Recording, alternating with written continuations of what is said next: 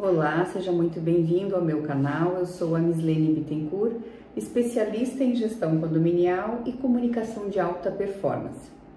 Quem tem me acompanhado sabe que eu tenho feito um paralelo entre assuntos de condomínios e também assuntos voltados à comunicação. Hoje não vai ser diferente, a gente vai trazer o Código Civil, os artigos que tratam sobre direitos e deveres dos condôminos, mas vamos fazer um paralelo com a questão da comunicação de alta performance. Importante destacar que esse é o intuito principal deste canal, trazer na prática informações, dicas, casos concretos que possam auxiliar. Então, o propósito deste canal não é trazer de forma jurídica, não é debater, como alguns dizem, de forma juridiquesa as questões. Não, é trazer o dia a dia do síndico, com base na minha experiência de 22 anos como especialista de gestão condominial e como sócia de uma administradora de condomínios. Então, trazer casos concretos para que vocês possam também elevar o conhecimento nesta área.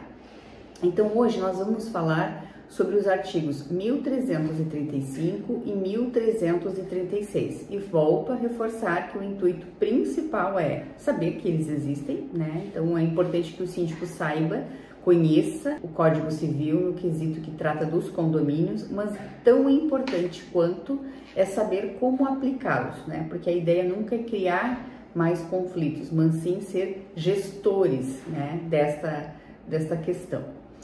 Então, o que nos fala o artigo 1335, que são os direitos dos condôminos? Então, lá no inciso 1º, usar, fruir e livremente dispor das suas unidades. Nada mais é do que o condômino utilizar a sua unidade conforme a sua destinação. Então, da porta para dentro, ele vai utilizar conforme deve. Claro que tem lá os 3 S's que depois a gente vai falar, que ele não pode causar prejuízo ao sossego, salubridade e segurança dos demais condôminos. Mas aqui trata realmente da unidade privativa, que deve ser utilizada pelo condômino livremente e de acordo com a sua destinação. Depois, na sequência, no inciso 2º, trata sobre usar das partes comuns conforme a sua destinação e contando que não exclua a utilização dos demais copossuidores, Então, aqui fala das áreas comuns, salão de festas, sala de ginásticas.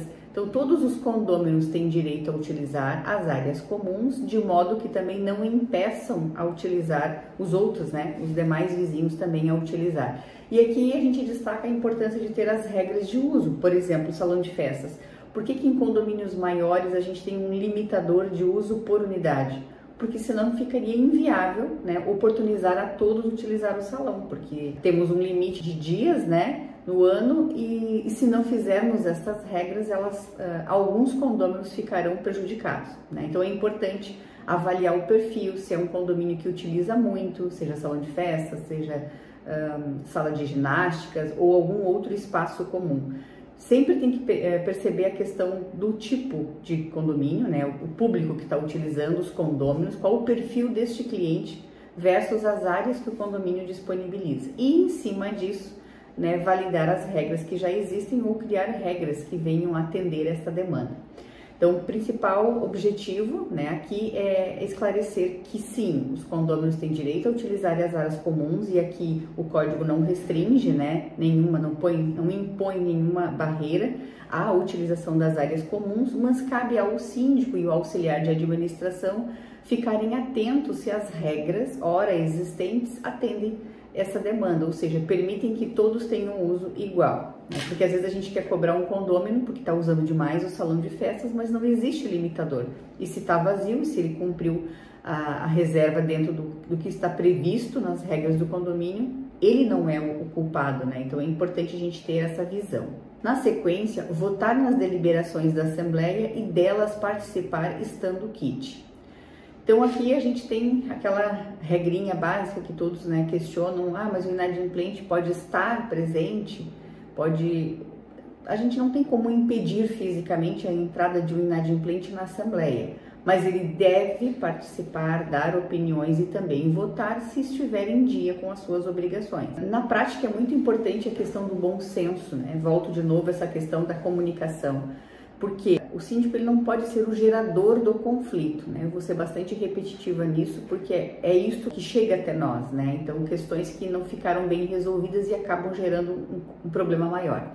Qual é o papel do síndico aqui, juntamente com o auxiliar de administração? Achar meios para cumprir aquilo que está previsto. Então, por exemplo, neste caso, onde o devedor não pode votar, mas como é que eu vou impedir que ele vote, por exemplo? A gente tem várias possibilidades. A que nós mais utilizamos é a questão de uma cédula. Então, o condômino chega para a assembleia, existe a questão da lista de presenças, né? Ele vai assinar a lista de presença. Neste ato, a gente vai fazer a conferência se ele está em dia ou não e entregar uma cédula. Quem não recebe cédula, consequentemente, não tem poder de voto. Então, a gente não expõe ninguém. No ato da votação, quem tem o cartãozinho, a cédula de votação, vai votar ou vai levantar, né? Aí tem critérios e critérios. Alguns preenchem a caneta, a votação, e outros apenas levantam a cédula se estão a favor ou contra. Não estamos expondo ninguém. Quem não recebeu cédula automaticamente não pode votar. Tá bem, mas e se for uma assembleia online? Como é que eu faço? Quando é feita a conferência, né, a validação dos presentes que estão ali na sala, a gente pede o nome de cada um no apartamento para validar a presença. Neste ato também a gente já verifica quem está apto ou não. E neste caso é muito importante a atuação da auxiliar de administração, porque nós atuamos neste formato, ou seja, quando é posto um item em votação, a gente faz uma chamada dos apartamentos que estão adimplentes, ou seja, aquelas pessoas que poderão votar. Então a gente não expõe, porque as pessoas raramente vão gravar o número dos apartamentos que estão presentes, e a gente vai chamando. Então, apartamento X, a favor ou contra, e a pessoa vai votando. Quem não foi chamado, automaticamente também não está apto à votação. Também é uma forma muito tranquila, muito discreta, a gente não expõe ninguém, né? Mas também cumpre esta regra. Agora, quanto a estar presente, é algo que na prática a gente não tem muito impedimento, né? A gente não vai barrar uma pessoa de entrar na sala, né? Fisicamente falando, então é mais complicado. Mas a gente não tem grandes problemas com relação a isso. O maior problema é, de fato, na hora da votação. Então, esse é um cuidado muito prático que pode ser adotado, né, e que realmente surte o efeito que a gente deseja. Seguindo, então, agora partindo para o artigo 1336. A gente falou do 1335, né, os 3 incisos que são dos direitos dos condôminos. Agora, 1336, que fala dos deveres dos condôminos. Então, inciso 1. Contribuir para as despesas do condomínio na proporção de suas frações ideais, salvo disposição em contrário na convenção. Então, aqui é uma questão muito prática, né? A forma do rateio. Então, todos os condôminos precisam, sim, né, pagar, contribuir para as despesas e, portanto, né, o artigo anterior fala que ele vai poder votar e falar se ele estiver em dia, e esse aqui, na verdade, está complementando, né? Ele precisa estar em dia. Como é que é feita essa cobrança? Cada condomínio tem o seu perfil, ou pela fração ideal, ou conforme previsto em convenção. Já o inciso seguinte, que é não realizar obras que comprometam a segurança da edificação. Então, aqui entra a questão das alterações nos apartamentos. Todas elas precisam, sim, de projetos para análise técnica. Claro, questões de pintar a parede, coisas mais simples, ok. Mas coisas maiores, o síndico precisa, sim, ser informado. Por exemplo, a gente eu já acompanhei vários casos de vazamento que ocorreram depois da reforma do apartamento superior, porque quebraram canos, né, isso principalmente em banheiro, e aí começou o vazamento no apartamento de baixo. Então, o síndico ele precisa estar ciente que vai acontecer obras, né? Por quê? Primeiro, pela questão de observar o horário de silêncio, o síndico precisa estar atento, né? E se algum condômino reclamar, então o síndico soube que vai ter uma reforma, reforça os procedimentos do condomínio no quesito horário de silêncio, né, barulho e esses cuidados com a obra propriamente dita.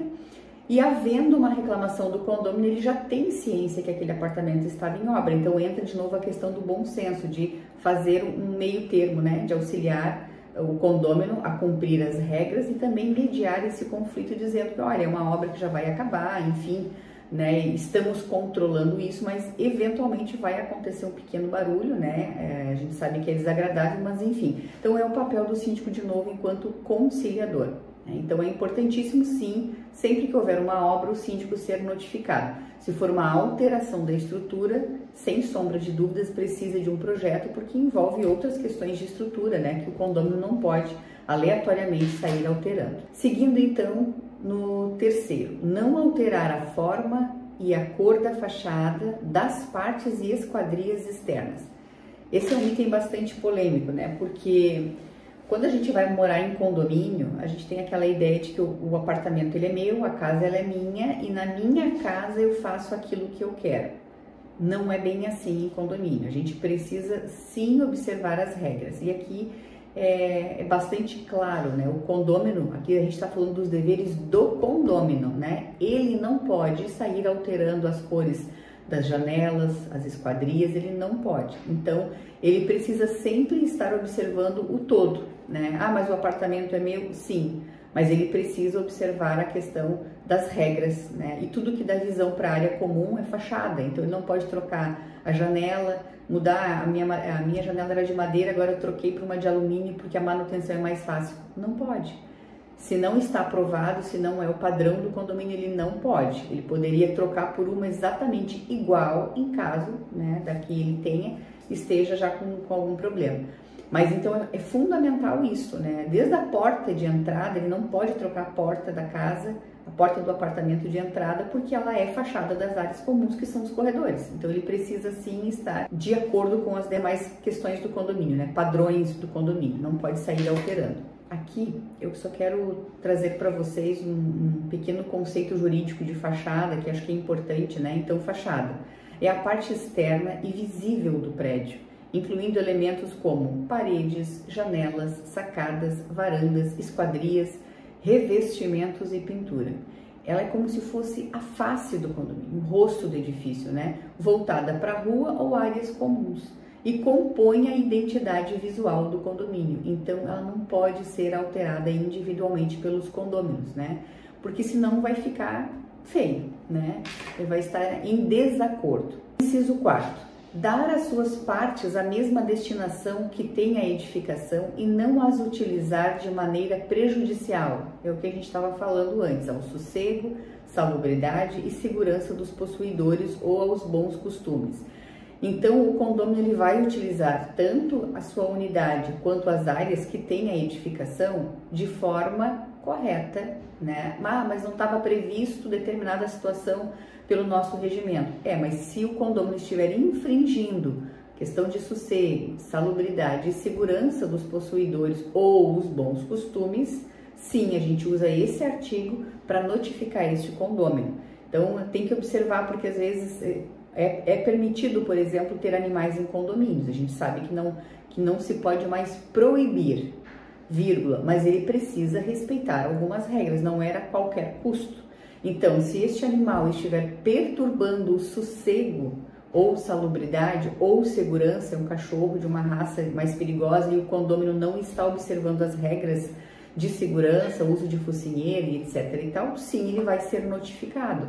Por quê? Porque ele não está contribuindo para um bom andamento do condomínio. Não precisaria estar previsto no regimento interno. A gente utiliza exatamente desse artigo, artigo 1336, inciso 4º, para essa notificação. Então, hoje, a ideia seria isso, né? Trazer ao conhecimento dos senhores esses dois artigos, 1335 e 1336, o que nele consta, para que a gente possa contribuir de alguma forma para o bom andamento das questões condominiais. Se fez sentido para você este conteúdo, deixe o seu like, compartilhe este vídeo com outros síndicos, né, colegas aí de profissão, para que todos possam também elevar o seu conhecimento. E se você ainda não é inscrito, se inscreva em nosso canal e até o próximo vídeo.